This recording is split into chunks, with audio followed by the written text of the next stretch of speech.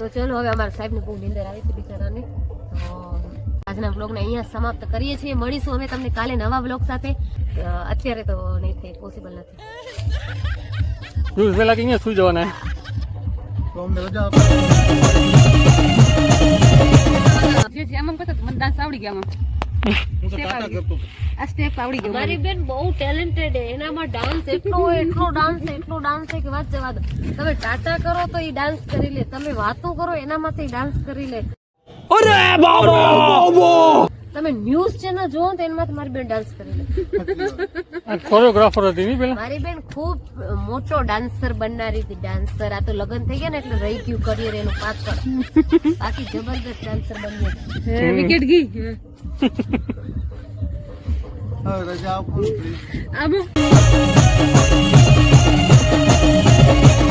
જો જો મારી બેન કેટલી મોટી ડાન્સર